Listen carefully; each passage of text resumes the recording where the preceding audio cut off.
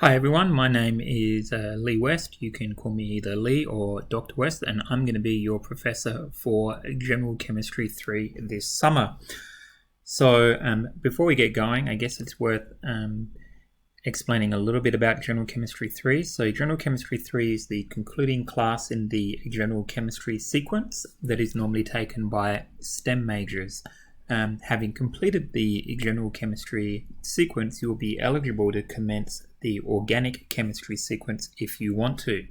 The prerequisite for General Chemistry 3 is General Chemistry 2. So if you don't think you're in the right class, or you're worried about prereqs or anything like that, just have a chat to me and we'll be able to work that out. Okay. So, as I mentioned, my name is Lee West. You can either call me Lee or Dr. West, however you feel most comfortable. I'm not too concerned. I have an office in the Library and Science Building. It is room 131. I have a phone in that office. You can contact me on this number if you want to, and even if you miss me, I'll get alerted via email to your message. Email is a great way to contact me. You can also contact me through Canvas messaging if you like. Every day, and I'll remind you about this, I have office hours where you can just drop by and I'll answer questions. Those office hours are at 11:30 and they are held via Zoom. On Wednesdays at 2 o'clock, I have a dedicated session for Chemistry 163 scheduled, and in that time, I'll just be working through problems with folks for about 50 minutes. I'll record those Wednesday sessions and post them on our Canvas site for you guys. Okay, so what do you need? Well, you do need like a legitimate computer and access to the internet, and if you have trouble with that, then I encourage you to reach out to the library. They have Wi-Fi hotspots you can borrow, and they also have Chromebooks you can borrow, but you need to be proactive in getting that worked out. So our textbook is available free from the OpenStax organization. You can just browse to the website, and then I recommend bookmarking it, and you can access our book. You have to have a basic scientific calculator or some kind of equivalent app. So you can use a website that performs similar functions. Particular things that we're going to be concerned with are logarithms, scientific notation, and it's really helpful if your calculator has a numerical solver and can also do what we call stat plots. That really helps. Now, you don't have to buy a scientific calculator for this class. You can, of course, use a emulator if you want to. So the one that I like is the Wabbit emulator. So Wabbit EMU is the app you want to search for there, and it'll have everything that you want for this class. Now, you'll need access to the Alex online system, and that's where we're going to be doing some tests and quizzes and even the final exam, as well as our homework every week. And you'll need this 10-character code when you sign up for that system. Now, if you don't have money right now to pay for access to Alex, that's okay. I sent you some information, or I posted some information to Canvas that will give you 2 weeks free access, and then when you can afford to purchase access, that'll just kind of merge your full account with that temporary account for you, so you won't lose any of your work. Now, that being said, if you're anticipating not being able to purchase access to Alex, and it runs about $40, maybe there's a little bit of tax in there, can't quite remember now, then let me know, but to begin with, create one of those free accounts and then let me know, and we'll try and work on some funding for you if that's going to be an issue that you won't be able to get worked out within 2 weeks. Okay, so there's a module for every week, and summer quarter is a little different because we only have 7 weeks to get everything done instead of the normal 10 or 11. So really be cautious about how you manage your time.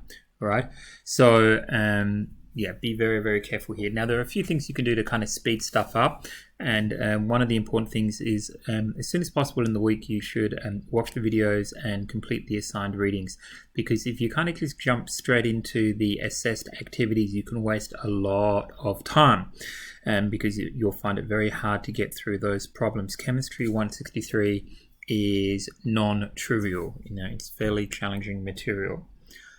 Okay, so every week you're going to be assigned some readings from the book, and you will make Cornell notes on those readings, and then you'll upload that as a PDF to Canvas by Tuesday midnight. So we want to get that done fairly early in the week so that you can spend the rest of the week solving problems, practicing, and then doing a few assessments right at the end of the week. So once you've read the content, made some notes on it, and got familiar with what we're dealing with in that week, then you're going to move on and start applying it to some problems. And so how we're going to practice this work is we're going to complete what's called ALEKS objectives, and you'll have a series of topics to complete each week, and you need to get at least 3 questions in a row correct for each topic. So what I suggest that you do is look at the number of topics that have been assigned for a week, divide that by 5, and then make sure you get that many topics done every day. Otherwise, you're likely to get overwhelmed, right? So a little each day is really the key. Now, ALEKS objectives are due by midnight on Friday. Okay, so then what we do for the rest of the week is we work on labs, quizzes, or if we have one, a test. So most weeks we have lab assignments, and lab assignments need to be completed by Sunday midnight, and you'll upload these to Canvas for your submission. Now, something to be aware of is that labs are worth, I think they're pushing 4 percentage points per lab. So you really want to start as soon as you can on your lab, and you really do want to get a draft to me. All right, so send me a draft, let me have a look at that, and then I'll give you some some pointers as to how to improve your work. So just kind of make sure you do that. It makes the world of difference. Each of those labs is worth so many points. You really don't want to go it alone with the lab. You want to be seeking some advice from either me or a tutor or someone like that. You don't want to just leave it to the last minute and then bang something out. As I said, these are worth 3 to 4% per lab. It's a lot of points to lose if you get off on the wrong track and you're completely confused and you've got no one to turn to. We'll have quizzes most weeks when we're not having tests. These are administered through ALEKS. Again, you need to get these in Sunday midnight. You'll also upload for every quiz a document that illustrates how you arrived at each of your answers. This is absolutely critical for Chemistry 163, or you're likely to crash and burn. You really need that partial credit to do well in this class. The calculations that we're doing are very complex, and you need to be showing your work clearly in a well-organized manner in order to maximize that partial credit, because for most people it's very hard to get the numerically correct answer. There'll be 3 tests scattered throughout the quarter, and these also need to be completed by Sunday midnight, and they're administered through ALEKS. They're basically twice as long as a quiz. You do the same thing with uploading a document that illustrates how you arrived at each answer. In the finals week, you have 2 assignments. One is a lab that's fairly straightforward, so that's a good opportunity to get some points without breaking a sweat too much. And then the final exam, the thing to keep in mind is that it's comprehensive and it covers everything across the entire quarter. So make sure you give yourself enough time to study for this. Again, you're going to submit a file upload that illustrates how you arrived at each answer, and the questions will be in ALEKS. All right, so that's a lot of text. So let's just put this together in a diagram. So basically how it works is the first part of the week, Monday through Tuesday, and your deadline's on Tuesday, you're studying the content, right? And to show me that you've done this, you're going to be submitting those Cornell notes, right? So you're going to be watching the videos, you're going to be reading the book, you're going to be making notes on the material, and then you're going to, hopefully those notes are organized and they're going to help you complete the rest of the assignment. So these notes are the things that you're going to be using during your tests, during the final exam, during your quizzes. So it really, benefits you to not just see this as busy work, but to see this as your key for future success. Because you don't want to be like scrambling, looking stuff up in the book in the middle of the final exam. You want to be able to go to these notes and know exactly what's going on. So then, the bulk of the week is spent practicing applying the content, and that's really where you're doing these ALEX objectives, right? So, like I said, I think a good strategy for this is to look at the number of objectives for the week, divide that by 5, and then make certain to do that number of topics each day. Now, these ALEX objectives are worth 10%. It's important to realize that these are graded for completion. So you can have as many tries as you want. You won't be able to move on until you get 3 in a row correct, right? So, they're not worth too many points because, you can just keep going and going and going until you eventually complete it. Right, and then the final part of the week is when you kind of get really heavily assessed, and this is where the bulk of your points are coming from. And this is when you can do your quizzes, your tests, your final, and of course your labs.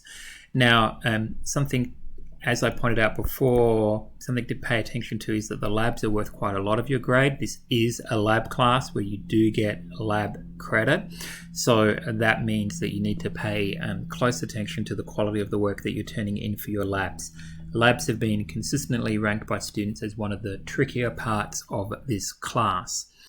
Okay, so so your bulk of your points are in this kind of final section over here. So you want to make sure that you've got good notes when you're heading into this, and you also want to make sure that you understand how to answer any of the types of problems that were presented in the objectives.